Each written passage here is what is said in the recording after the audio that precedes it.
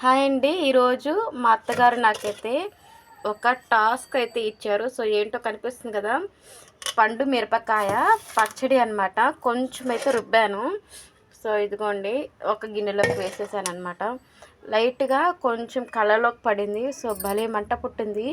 ఇవి మిక్సీలో వేసేటప్పుడు కానీ దంచేటప్పుడు కానీ కొంచెం జాగ్రత్తలు కనుక పాటిస్తే నాలాగా ఏడవకుండా ఉంటారు. ఓకే, ఇదిగోండి నేనైతే మిక్సీ జార్లో రుబ్బుతున్నాను. తీగానే దగ్గొచ్చేస్తుంది.